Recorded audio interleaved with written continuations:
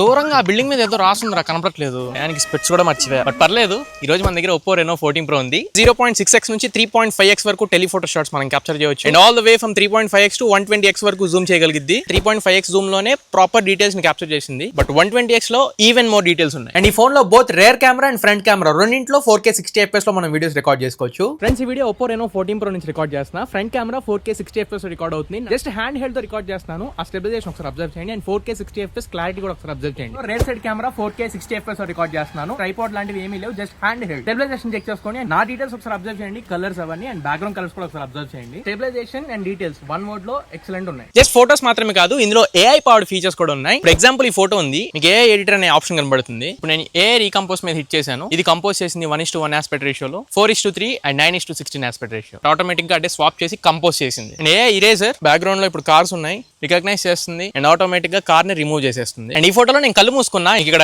AI perfect shot అనే option కనబడుతుంది. దాని మీద క్లిక్ చేస్తే రికగ్నైజ్ చేసి ఐస్ ఓపెన్ చేసినట్లుగా ఎడిట్ చేస్తుంది. ఇలా వ్లాగ్స్ లాంటివి ఏమైనా రికార్డ్ చేస్తాను. 50,000 రూపాయల్లో మంచి కెమెరా ఫోన్ కావాలి అనుకుంటే ఖచ్చితంగా Reno 14 Pro make sense. Channel ని మాత్రం సబ్స్క్రైబ్ చేసుకోండి, మర్చిపోవద్దు.